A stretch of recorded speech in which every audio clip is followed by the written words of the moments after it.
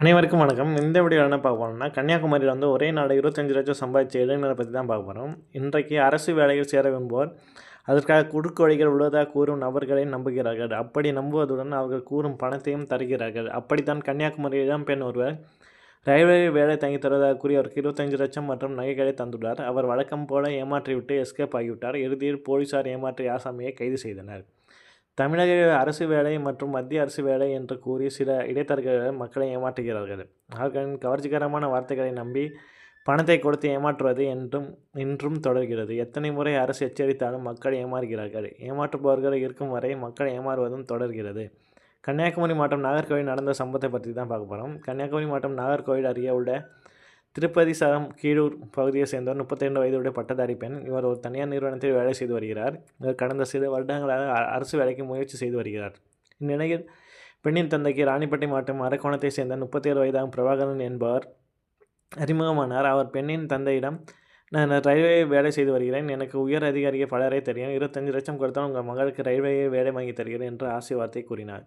இதை நம்பிய பெண்ணின் தந்தை மகளுக்கு வேலை கிடைத்துவிடும் என்ற நம்பிக்கையில் பிரபாகரனின் வங்கிக் கணக்கு பல தவணையாக ரூபாய் 25,00,000 அனுப்பினார். ஆனால் பின்னர் பணம் தேவைப்படுகிறது என்று பிரபாகரன் கேட்டார். இதையடுத்து பெண்ணின் தந்தை 5 பவுன் நகையும் கொடுத்தார். இவ்வாறு பணம் நகை கொடுத்து ஒரு ஆண்டு கடந்த பின்னும் பிரபாகரன் வேலை வாங்கி கொடுக்கவில்லை என்று தெரிகிறது. இதனால் தான் ஏமாற்றப்பட்டதை உணர்ந்த பெண்ணின் தந்தை கன்னியாகுமரி மாவட்ட காவல் கண்காணிப்பாளர் ஸ்டாலிடம் புகார் கொடுத்தார்.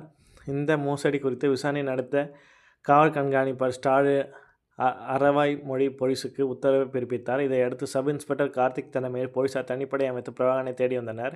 இந்நிலையில் அரக்கோணத்தில் பதுங்கி இருந்த பிரபாகரனை கைது செய்து அரவாய் மொழிக்கு அழைத்து வந்தனர். அவரிடம் போலீஸ் நடத்திய விசாரணையில் பல தகவல்கள் வெளியாகியுள்ளது. கடந்த ஒரு ஆண்டுகளுக்கு முன்பு பட்டதாரி பெண்ணின் சகோதரர் அரக்கணம் பகுதியில் வழி தெரியாமல் சுற்றித் திரிந்துள்ளார். அவரை பிரபாகரன் மீட்டு பெண்ணின் தந்தையிடம் ஒப்படைத்துள்ளார். இதன் மூலமாக இருவர்கள் இடையே பழக்கம் ஏற்பட்டதாக தெரியவருது. இதையடுத்து போலீசார் பிரபாகரனின் செல்போனை வாங்கி ஆய்வு செய்தபோது அதில் பல பெண்களின் ஆபாச படங்கள், வீடியோக்கள் இருந்ததைக் கண்டு அதிர்ச்சி அடைந்தார். இவர் வேலை வாங்கி தருவதாக பல இளம்பெண்களை வரவழைத்து ஏமாற்றி அவர்களுடன் உல்லாசமாக இருந்து வீடியோ எடுத்ததாக போலீசாருக்கு சந்தேகம் எழுந்துள்ளது. இது தொடர்பாக அவரிடம் போலீசார் தொடர்ந்து விசாரணை நடத்தி வருகிறார்கள்.